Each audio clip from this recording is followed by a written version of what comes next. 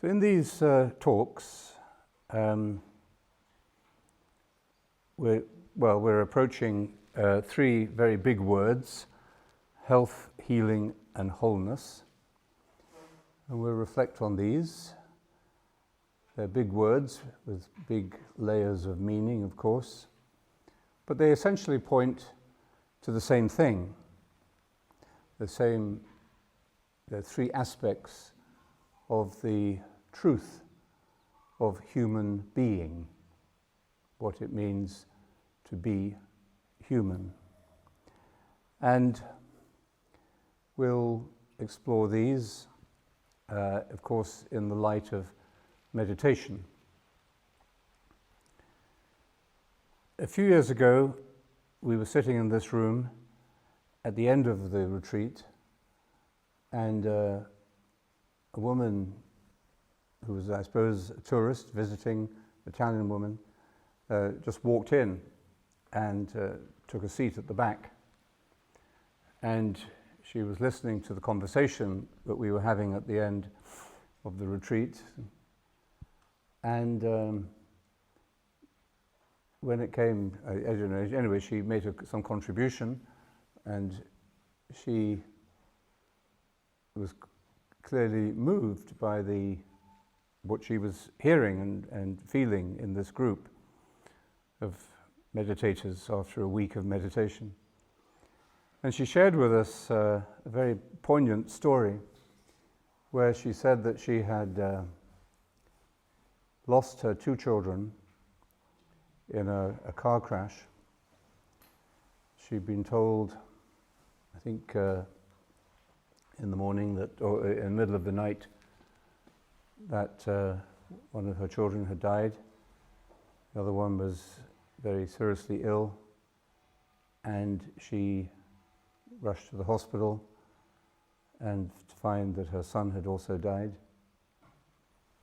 And there are no words to explain or describe the total devastation that she was feeling. And then she said a young priest who was the chaplain in the hospital came in to see her. And he was trying his best and probably wasn't very experienced. And he sat with her, he held her hand, and he said, "Don't worry, they are in a better place." And she said she hadn't darkened the door of a church since then. And she felt it was such a false response, such a false note. And I think this was some years before. And clearly just being for a few minutes with this group of contemplatively minded people had triggered this memory and made her think about meaning in a new way, or maybe revisiting a terrible experience. And of course, in the light of an experience like that, everything that you believe is deconstructed. It's thrown into the air. You may hold on to it, hold on to your beliefs, but your beliefs are falling away from you in that moment. In any case, I don't know what happened to her or where she arrived after that, but she was very deeply recalling and sharing with this group what she had gone through, and the failure of not maybe that young priest, but the failure maybe of her own conditioning or her own degree of religious faith or belief, to be able to support in any way that seemed that terrible loss. Anyway, I was reminded of that incident recently when I was talking to a group of doctors with whom we've been running a course on meditation in Ireland over the last 9 months. And one of the doctors said to me that he would always ask his medical students, I think he taught in a medical school, and he would always ask his medical students at the beginning of the year, what would you do if you found yourself in a hospital situation, an emergency, and you had to tell some grieving parents that a child or their children had died. And he said the medical students invariably reply, I would give them medication. And he would say, well, why do you give them medication? Well, it's something to do. We've got to do something for them. We've got to give them something. And I think that maybe there's a connection between those two responses. The young priest who wants to say something, wants to explain it, wants to wrap it up and bring closure to it in an artificial and ultimately false way, with good intentions, no doubt, just as those medical students had good intentions. They wanted to help, relieve suffering, bring closure, move on. But of course, in life, that isn't actually how the human being works. We have to go through things. And if you go through a tragedy of that proportion, it's not going to be soon before you bring closure, whatever that might mean. That you simply have to go through it. And there is no metaphysical explanation, they're in a better place, or no medical solution, give them medication, that is actually going to do that. So, how we understand these goals of health and healing and wholeness, I think brings us very immediately into the meaning of the human. And that actually is at the heart and the center of any spiritual view of life. What is it to be human? Who am I?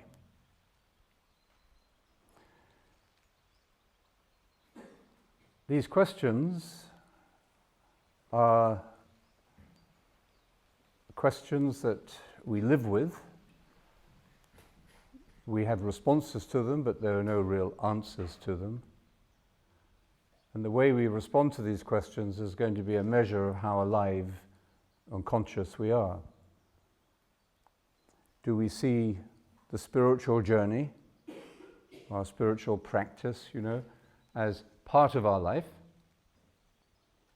And we have to make space for this part of our life. We have to make space for meditation. I don't have time to meditate because I've got so many other important things I've got to do. You've taken a week out of 52 weeks of the year, which is quite a big proportion, to devote yourself to this aspect of your life.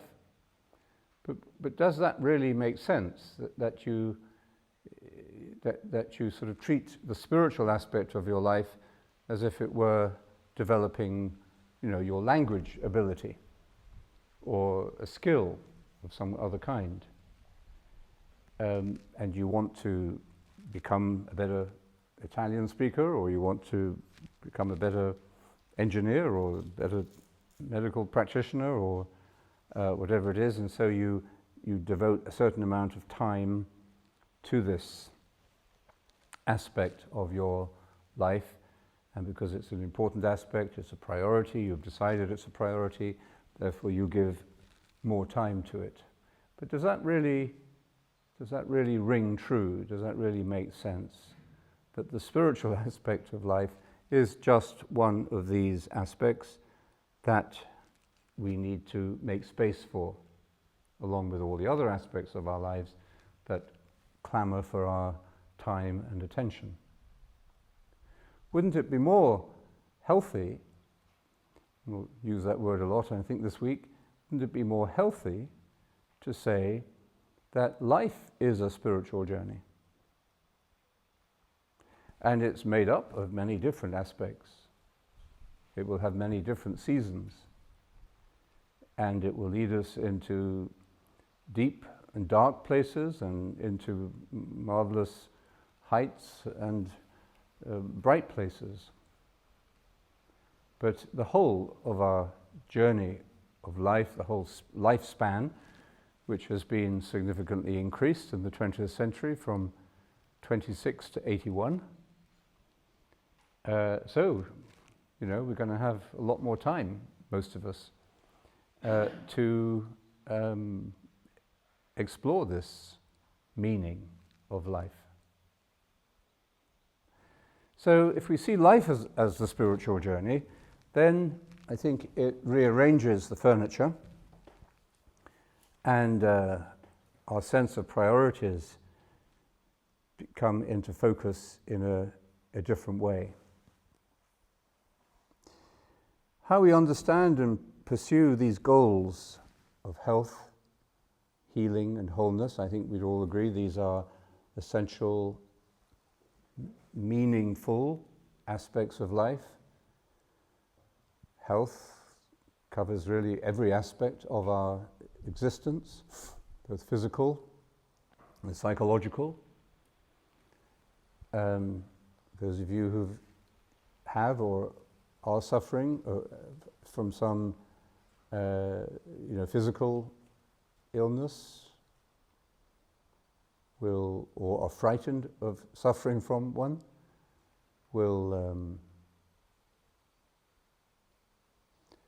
respond to that idea of physical health, but there's psychological health. Those of you who've suffered from mental illness or depression or have lived with someone or cared for someone who suffers from a mental illness, then the idea of healing is going to mean something quite significant for you.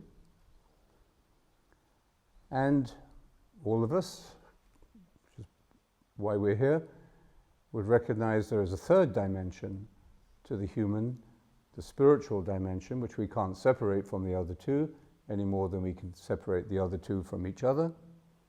Can't separate the mind and the body. You can't separate mind, body, and spirit.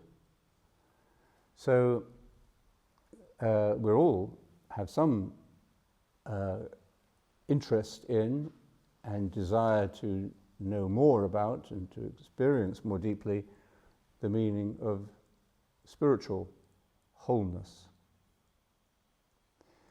So in all of these terms, we really touch in to the deeper sources of meaning in our life. And we can't look at these questions without having to come back over and over again to this question of meaning. The modern idea of health, and these terms, health and healing and wholeness, is evolutionary. They change. And we understand these terms in different ways in different periods of history. The modern idea of health has, as those medical students suggested, become largely medicalized.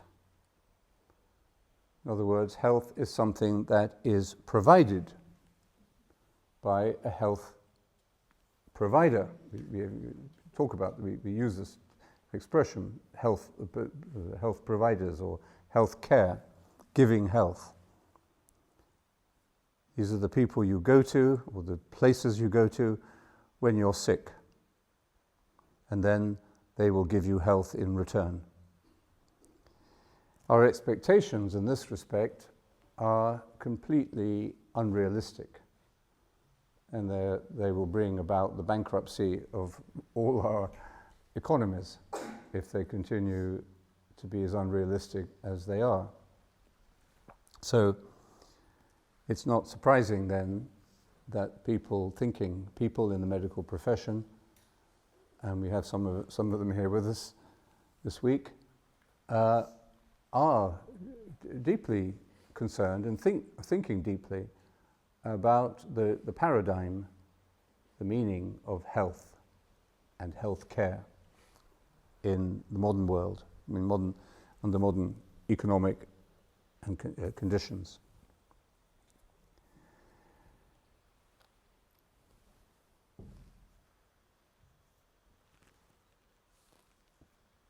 The medical clinician himself or herself is often regarded in this existing medicalized idea of health as knowing everything, or claiming to know everything, or embarrassed to admit that they don't know everything, partly because we want them to know everything.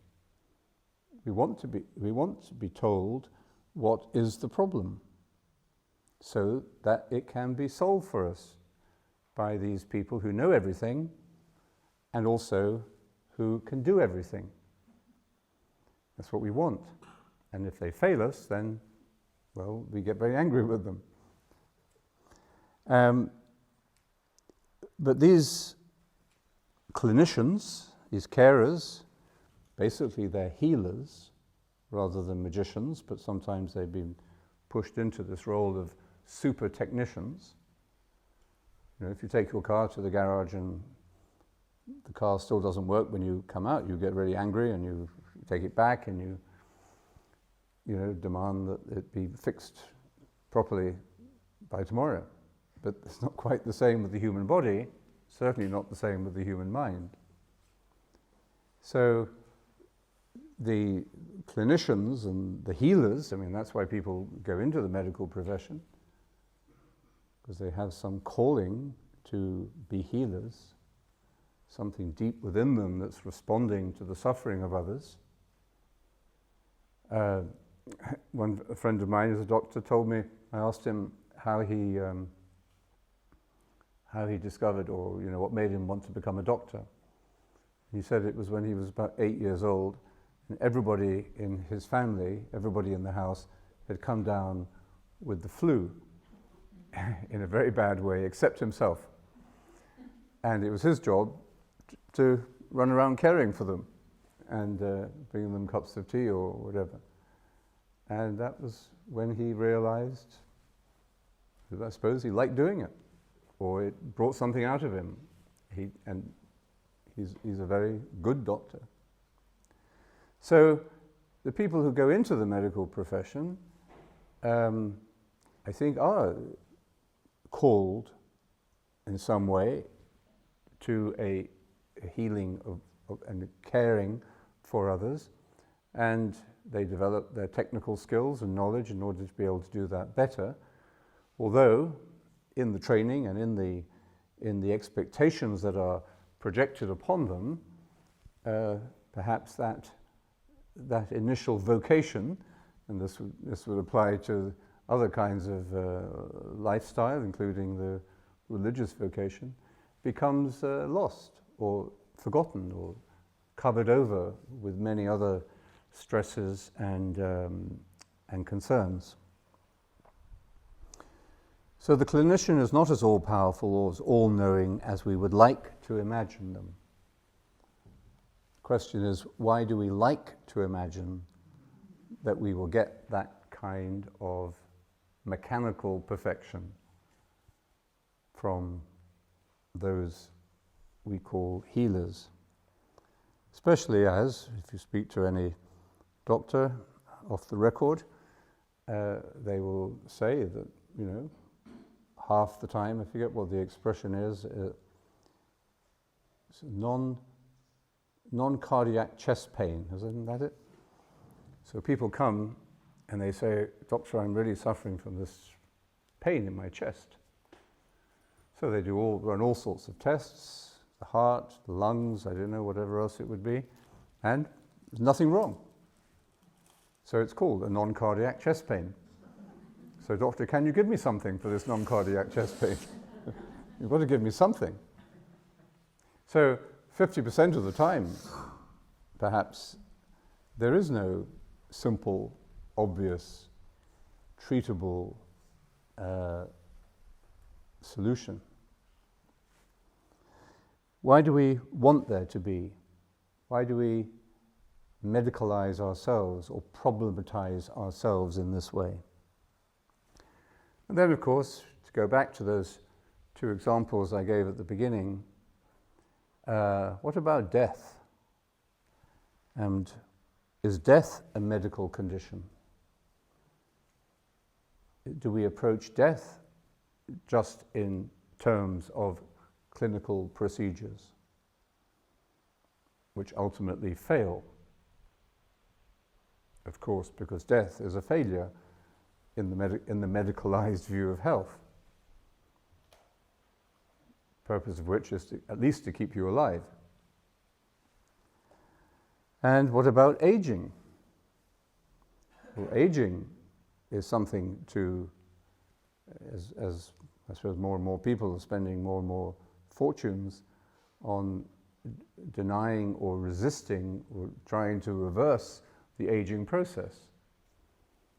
So is that a medical condition or merely a technological problem that we will have to solve, maybe not just through creams and gels or injections, but also maybe through, organ replacements and whatever other technical miracles are invented?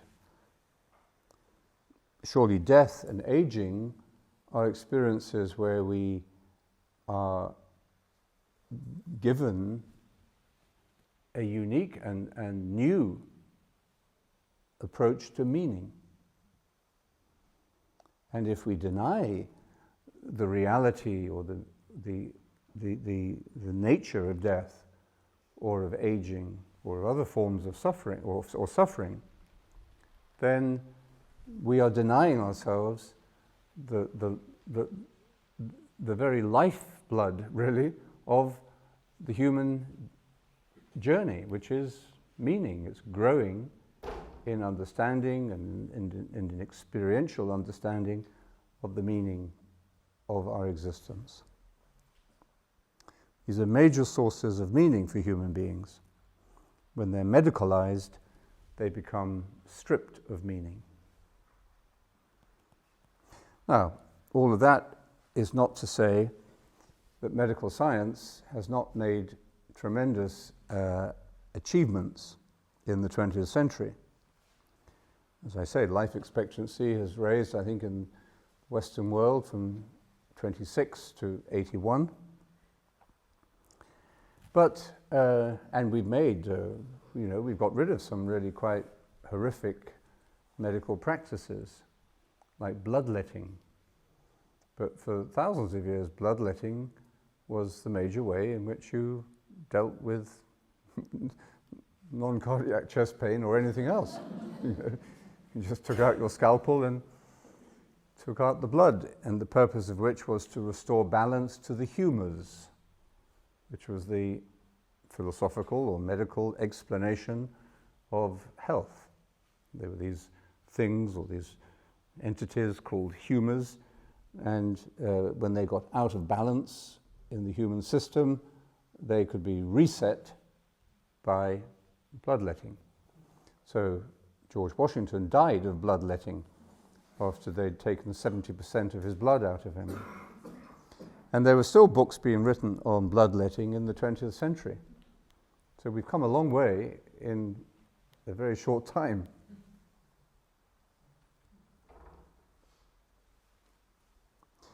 The scientific method, which exposed the absurdity or the non-effectiveness of bloodletting and other similar medical procedures, is based upon a reductionistic approach to problems, to reduce a complex situation to its elements, and then when you've got all the elements separated, you then look at them and you put them together again in a better way. And that is a very effective way of approaching many challenges that we face in life. Technical challenges, certain aspects of our physical health, our social engineering, how to build roads, where to build them, and how to run our economies, and how to run our institutions, and where to put schools, and where to build new towns. I mean, all of this is based upon a reductionistic approach, which we would be much more confused and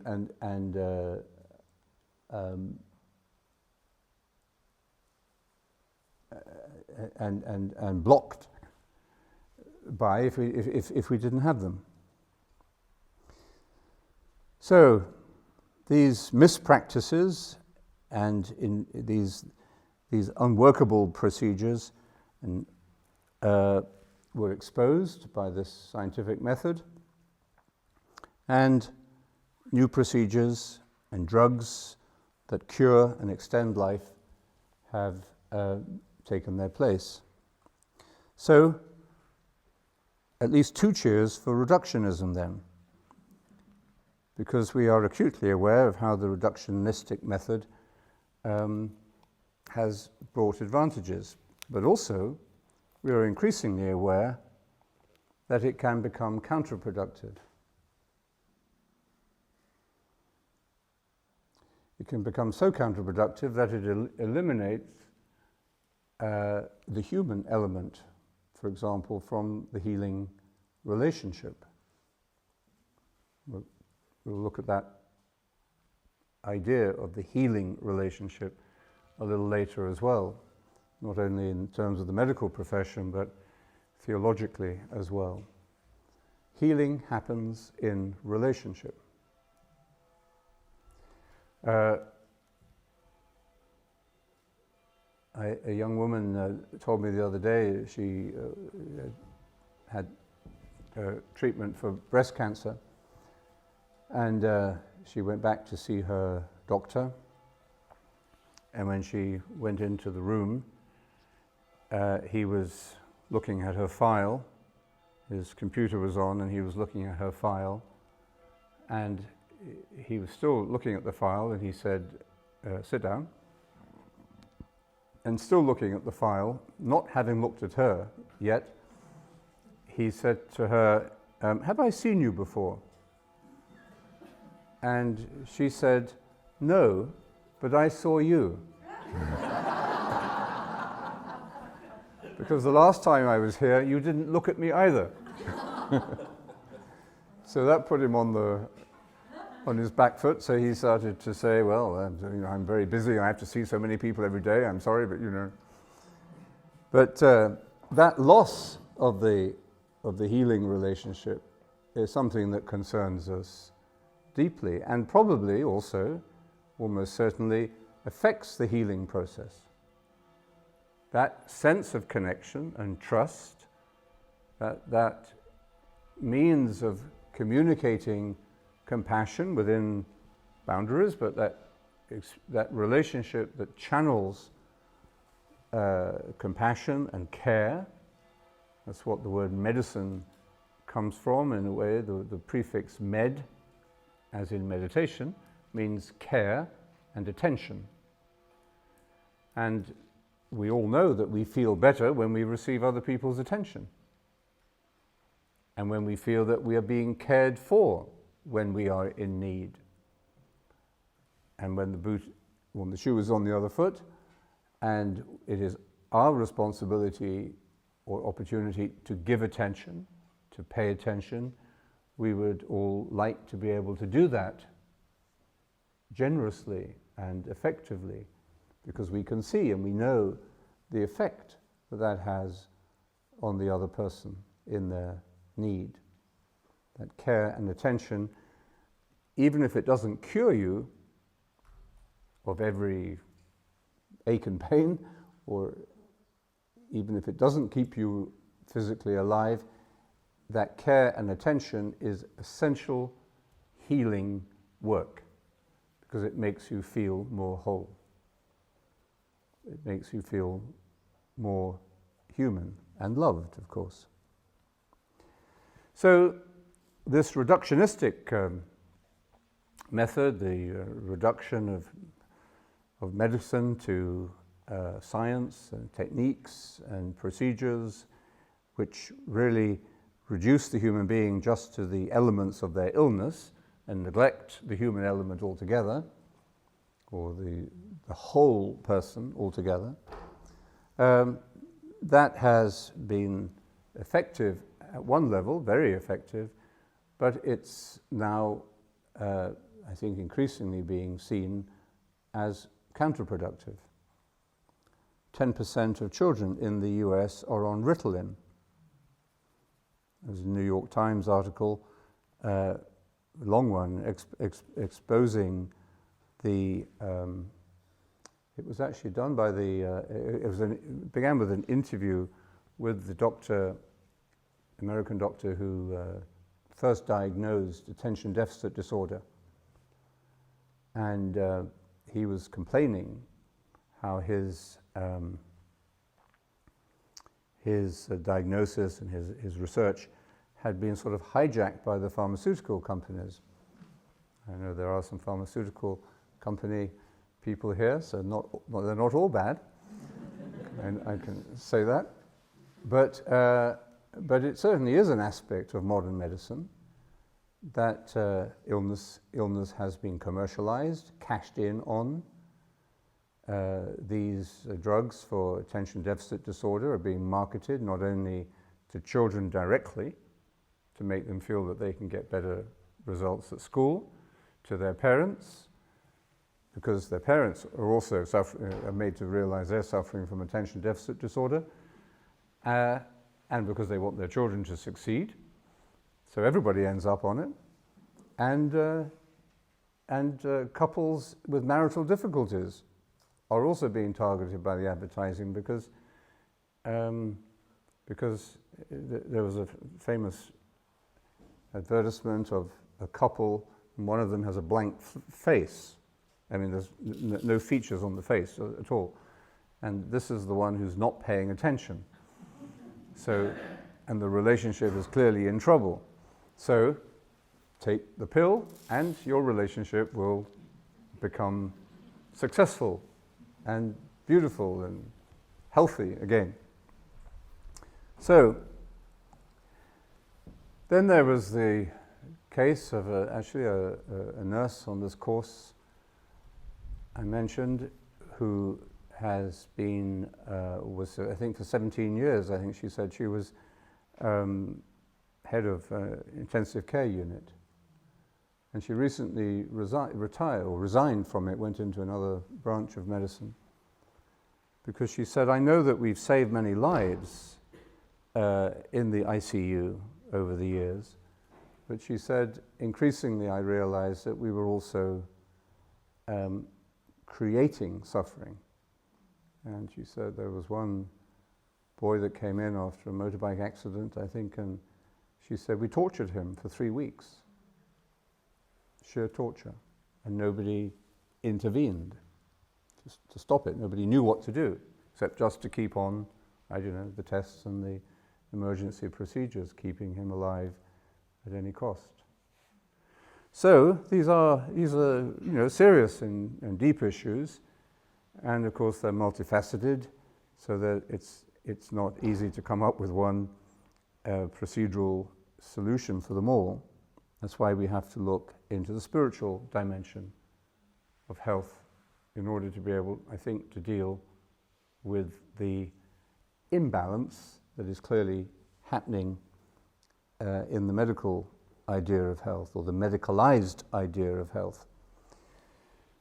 You know, I think there's I forget the exact statistic, I don't know if it was one every day or one a month or one a year, but anyway, there are new, it's more than one a year, but there are new psychological disorders being diagnosed, being discovered and identified.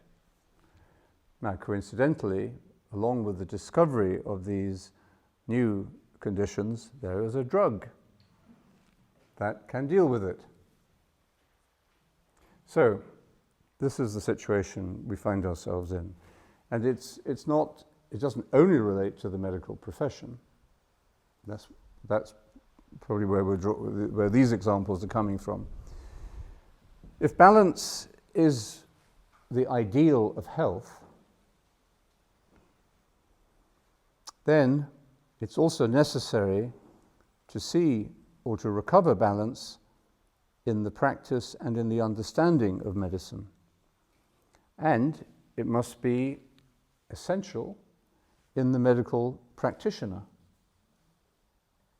There must be a balance, a health within the person who, of course, as a wounded healer, is called by and from the very depth of their identity to care for others in their needs. So this idea of health has to apply not only to the procedures that we miraculously invent and promote, but also to the systems and to the people who are responsible for them. So there are many people in the healthcare, in medicine, who are aware that there is a crisis, but that crisis is parallel to a very similar kind of crisis in many other social institutions and professions. For example, in education. There's, I think, an increasing sense, again, if you speak to teachers, certainly in schools, in developed countries, you find the same kind of self-questioning, the same kind of concern, often the same kind of pattern of people going into the profession with great ideals and generosity of spirit, and then feeling increasingly disillusioned and looking for a way out or into another branch of the profession. And similarly in business.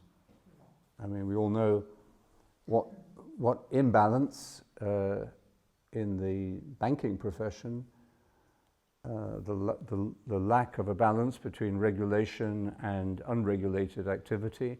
We all know what mess and sickness that created, what corruption. If you saw the film The Wolf of Wall Street, I only saw half of it because it seemed to be, well, anyway, it's a bit over the top, but it probably was very accurate in many ways about the eruption of the passion of greed, which, of course, for the Desert Fathers was one of the 7 deadly sins, or one of the principal faults, or obstructions, as they called it. We should be careful about using this word sin as if sin was something that we'd all like to do, but we're told we can't. Like children, you know, not being allowed to eat sweets. But that isn't really how the spiritual teachers understood sin. They understood sin as a sickness of the soul. And the Desert Fathers, as we'll see, spoke about the passions, not in our idea of, I don't know, you know, of passion as a good thing, as of heightened energy or heightened perception, but passion for them, in the way they used the word, was a disorder or an imbalance of a serious functional kind in the mind. And these were the things that we later came to identify as the 7 deadly sins, although they were originally 8. They were a system of 8 principal faults or problems, patterns of the mind, negative patterns of the mind and feelings that could easily overwhelm us. If you have a look at the frescoes of the life of Saint Benedict in the cloister, which I hope you'll get to know while you're here. It's a kind of visual lecture. You can go in there and just go from one to another. I don't quite know how many there are, 32. And actually Dom Hugo has offered to to show us around again. He's done that on previous years, so we'll probably do that at the end of the week. But the better you get to know these very beautiful frescoes. They were painted in the two main artists are at work there, so you can see different styles. But they follow the chronological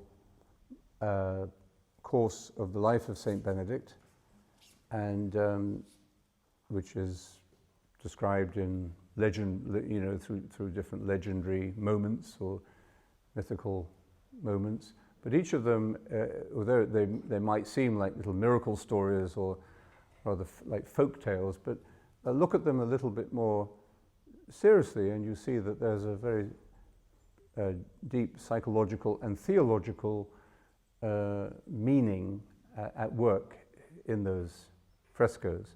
And it won't be difficult for you to identify at least some of the 7 deadly sins or the 8 principal faults in different ones. So the demon of greed, for example, was clearly, what the Wolf of Wall Street was consumed by and rendered unbalanced by. So new paradigms are appearing in all of these professions or social institutions whose practitioners or leaders are becoming aware of an imbalance or a dysfunction. When a new paradigm begins to appear, it needs leaders, it needs prophetic leaders, because still there is a huge,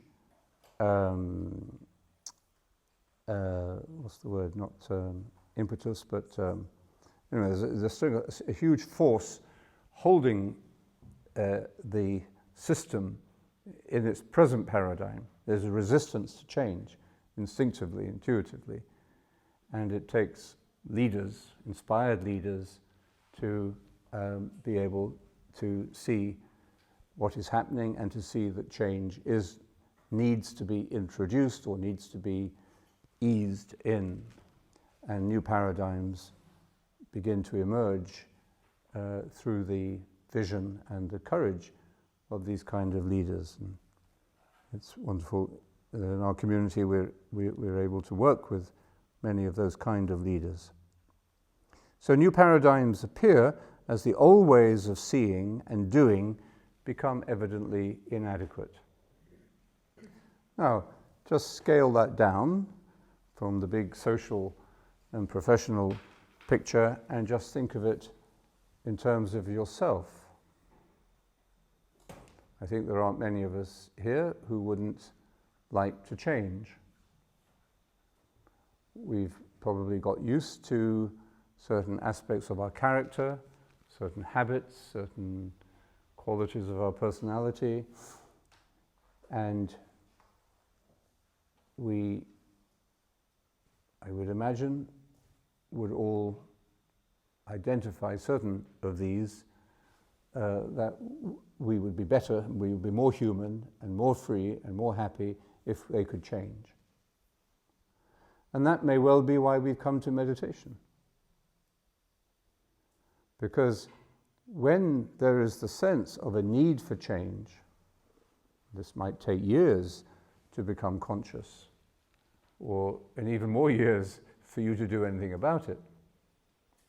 But when you do become conscious of it, you can't deny it anymore, and something pushes you into action, then probably, if not before, meditation becomes a very meaningful practice for you. So this week we'll focus on the idea of health, what we mean by the word, and how we become or stay healthy, and the relationship of health to the major meaning makers or breakers of life, which are suffering and death. If you can't make meaning out of your suffering, if you can't make meaning out of your awareness or fear or experience of the death of others, then life becomes impoverished. We have to face these things. And we'll do this, anyway, in the context of meditation, what it is, and how it helps us to see life as a journey to wholeness or holiness. And holiness simply means sharing in the life of the one who is holy, the one who is one, the one who is whole. I was, and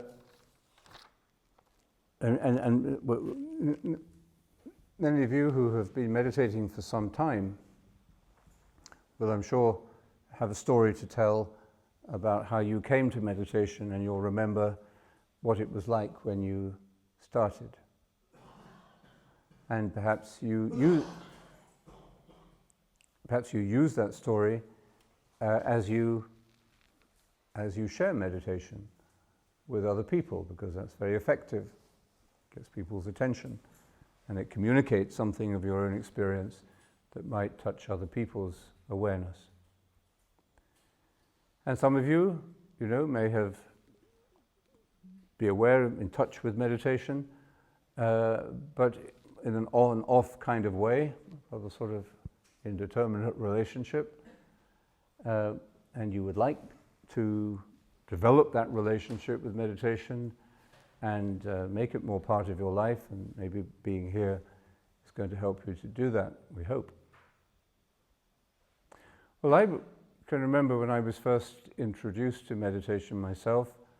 I was in my first year at university, and I went to see John Main, who was then headmaster of a Benedictine school in Washington, D.C.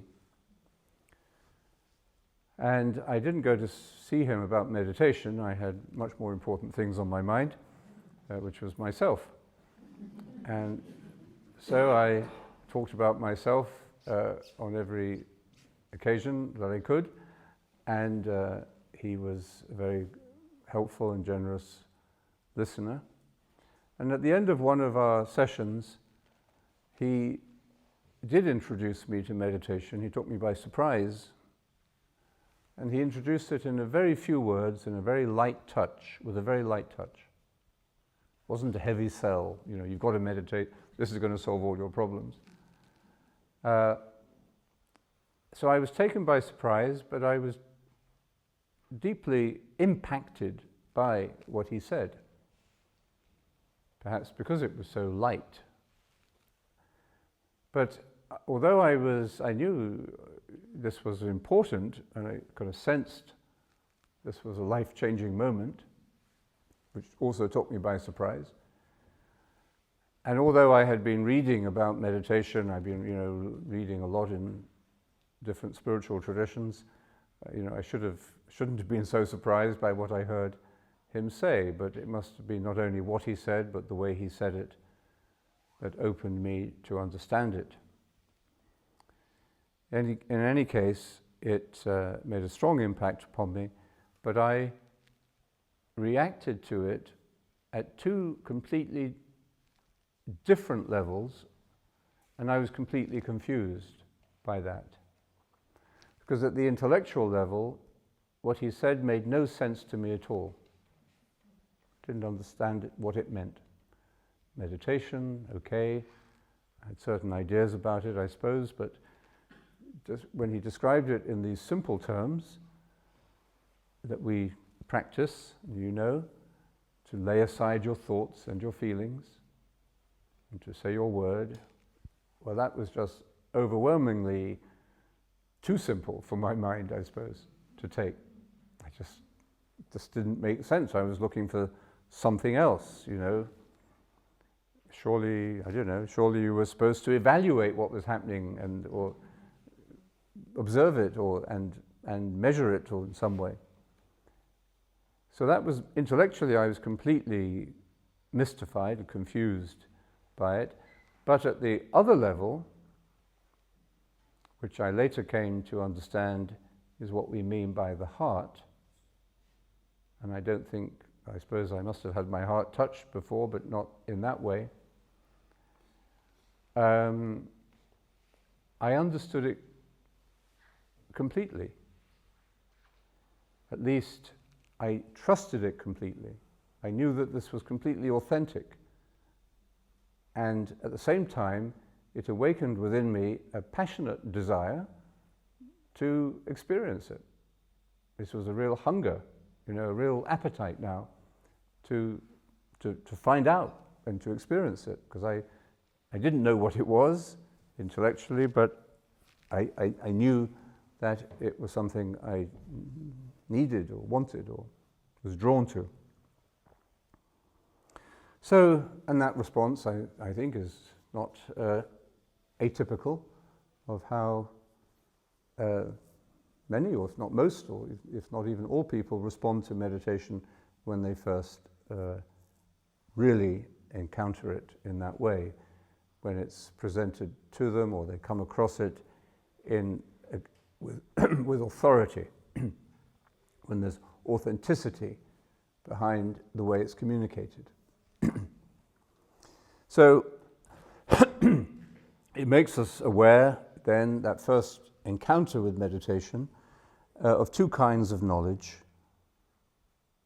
that are associated with what we call the mind and the heart. And these two centers of consciousness, these two centers of knowledge, are in modern culture often seriously antagonistic towards each other, or divided, or exist in different realms. So they've been divided. We're in a dualistic state of mind. I was talking to a young businessman recently who is a very, I'm sure, a very successful, effective business person. At the same time, he's a very spiritually and aesthetically sensitive and awake person. And there is a real tension in him between these two. And he was saying that he's facing a particularly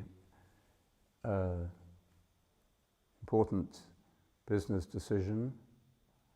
And he said, I want to be able to make this decision with my heart. And my first response to it was, why? Make it with your head. But make sure that your head is in your heart.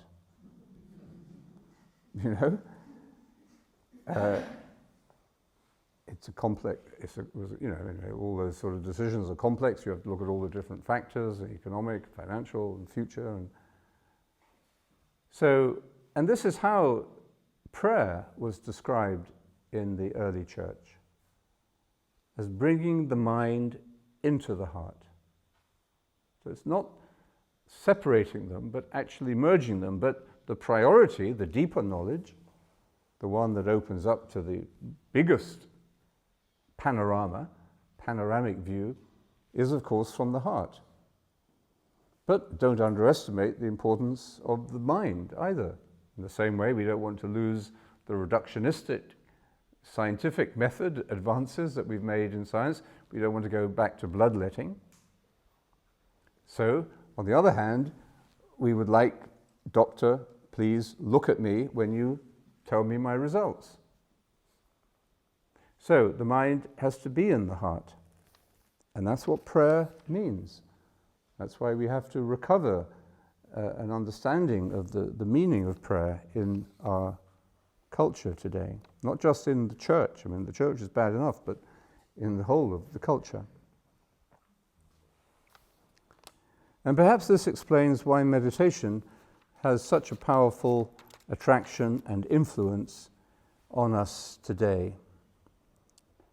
Even if, while we are looking only at a part of ourselves or fragments of ourselves, we don't see the big effect, the whole effect of meditation. So in other words, you may be attracted to meditation because you want to de-stress. You know that stress is a big problem in your life. You can't sleep properly at night, it's affecting your relationships, you know, blah, blah, blah. You know there are stress-related medical conditions, non-cardiac chest pain. So meditation seems, now, all this research, it will help me reduce my stress, or immediately I can measure this with my blood pressure, even my cholesterol, and my sleep patterns. Psychologically, I know that the benefits of meditation will be felt in dealing with depression or anxiety attacks and other forms of stress. So we may begin to meditate, but we look at just a part of ourselves, a fragment of ourselves that we can measure, and that's what these benefits of meditation are. These are the ones you can measure: your blood pressure, your cholesterol, your frequency of your panic attacks, your, even to some degree, your depression, bouts of depression. So you can measure these. So you measure them with this reductionistic approach, and it's accurate as far as it goes. And there's general agreement. What strikes me, though, interestingly, is that the medical practitioners that we've been working with recently are not particularly impressed by all this medical research. They're actually, they're aware of it more or less, and they know that meditation is good for you, but they're approaching it actually from a much more holistic perspective. We don't see the whole effect of meditation if we look just at a part of ourselves. But the major effect of meditation is, of course, a healing of this very way of seeing ourselves as fragmented, as measurable bits. So it's the meditation itself that changes, we call it self-knowledge. The early Desert Fathers said, self-knowledge is more important than the ability to work miracles. Self-knowledge, according to Carl Jung, is the self-knowledge of the therapist is the most important single element in the therapeutic relationship. So self-knowledge is a very powerful factor, force, reality.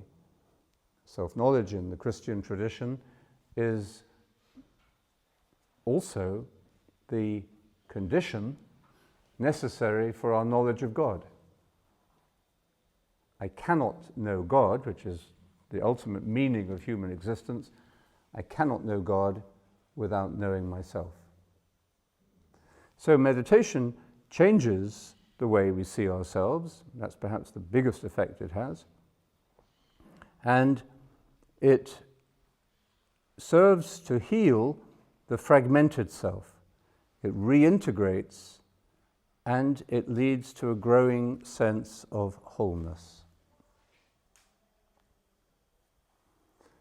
And that's why meditation is very relevant to every aspect of our idea of health: physical, psychological, and spiritual.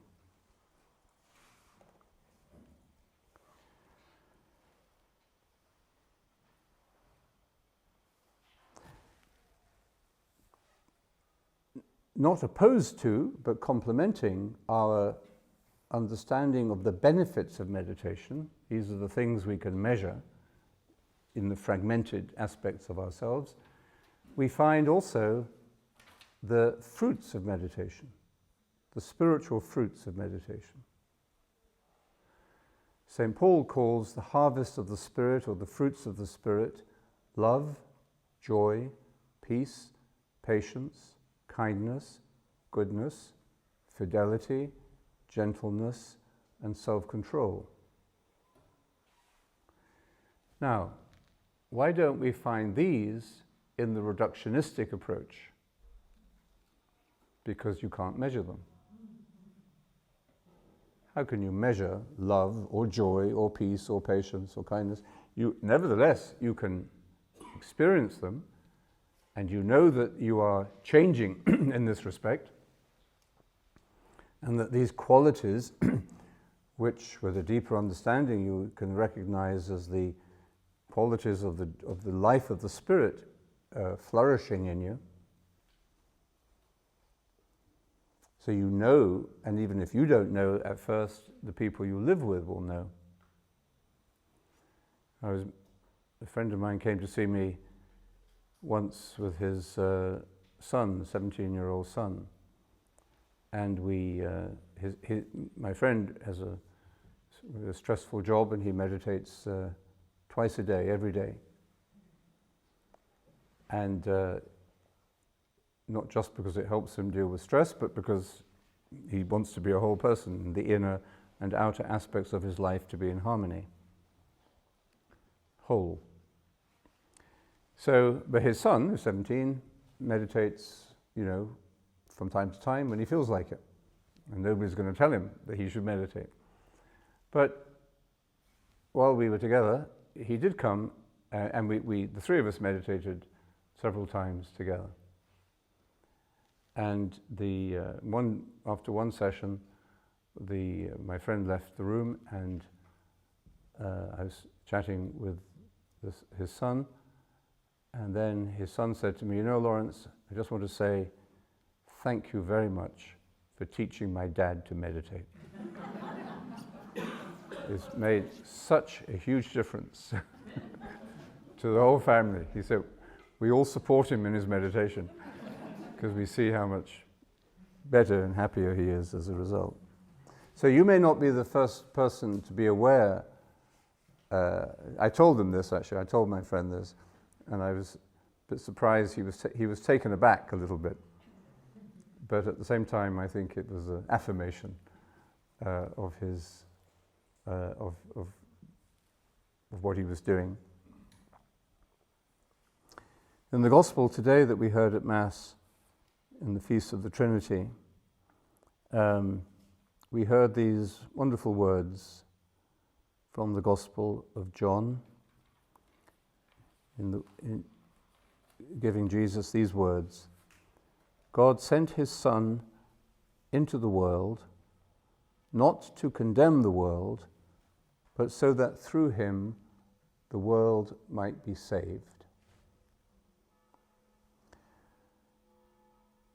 So that everyone who believes may not be lost, but may have eternal life. We've heard those words, no doubt, many times, and I think for the vast majority of the population, they are rather over-familiar or too churchy or lacking in meaning. But I also think that the meditator is able to listen to those words from a different perspective, from a different experience, and see meaning in them, which would otherwise be hidden from us if we are only experiencing life from our fragmented self. But if we're experiencing life from our whole self, we have this health growing within us. And I think these words, with some reflection and some discussion, can become amazingly life-giving words. Even this word saved, which of course sets up all sorts of alarm bells. If God saves some, that means he condemns others, and what kind of God is that? But the word saved isn't about a sort of a selection process, you to the left, you to the right, for the horrible image that some of you will recognize there. But it's in some languages, is it in Spanish? Salud is health and salvation. It's the same word, salud. What is salud then? Just health? Huh? Only health. You sure? I know you speak Spanish. You are Spanish. But I think you're wrong. Okay. Well, anyway, there is a connection between the idea of health and salvation, and salve, which is a healing, salving like an ointment. So there's a connection here in the meaning of the words that becomes clearer to us, I think, when we listen to them from an experience, from the experience of our own healing, of our own discovery of what health means, and of our own emerging wholeness. That's why, as John Main said, meditation is so important for restoring meaning to our reading and to our encounter with Scripture. So we'll look at more of these connections in the days ahead, but I'd invite you to reflect from your own life experience of how you have experienced or discovered the split, perhaps, in yourself between the mind and the heart, what that split causes, what its symptoms are, and also how you've experienced, which I'm sure you have, the reintegration of these two centers, that reintegration of ourself, which is what we really mean by healing, and as part of our process of coming to health, which in this piece of scripture was called eternal life. That fullness of health, that abundance of wholeness. So let's end with a few moments of silence.